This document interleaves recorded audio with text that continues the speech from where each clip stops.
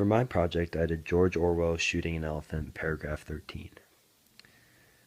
The summary of what's happening in this paragraph is that at this point, George Orwell has already shot the elephant, and he is trying to put it out of its misery by shooting it repeatedly. But the elephant takes shot after shot and won't die, so he gives up and walks away and let the Burmese do what they want with it. About the author. George Orwell was in the British Army stationed in Burma for a couple years. He was diagnosed with tuberculosis. He's most famous for writing Animal Farm, and he worked at BBC as a producer.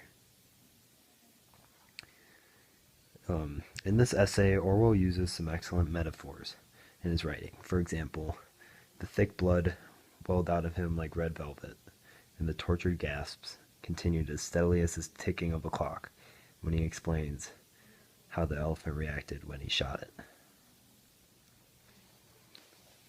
As George Orwell is trying to kill the dying elephant, he uses repetition to show how terrible killing the elephant is. He says, "I felt that I had to put an end to that dreadful noise. It seemed dreadful to see the great beast." And he said, "And I poured shot after shot into its heart and down its throat, as well as it seemed dreadful to see the great beast lying there,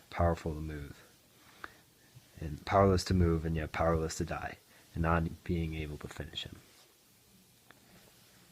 The diction George Orwell uses is formal diction, syntax, process analysis, and appeals to ethos.